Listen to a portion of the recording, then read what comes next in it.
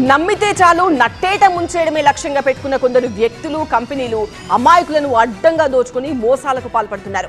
ఇలాంటి కంపెనీలు తెలుగు రాష్ట్రాల్లో రోజుకొకటి వెలుగులోకి వస్తున్నాయి.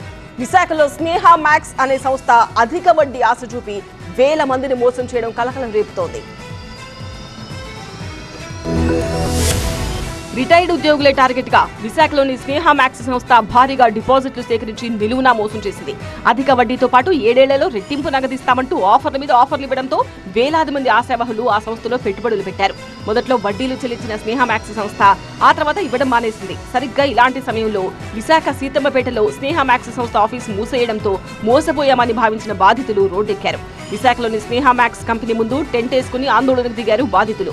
అధిక వడ్డీల ఆశతో పెట్టుబడులు పెట్టి మోసపోయామంటూ లబోదిబోమంటున్నారు.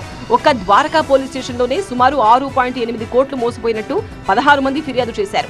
అంతేకాదు విశాఖలోనే 3,000 మంది వరకు బాధితులు ఉన్నట్టు చెబుతున్నారు. వారి నుంచి సుమారు 70 కోట్ల వరకు వసూలు చేసినట్టు బాధితులు ఆరోపిస్తున్నారు.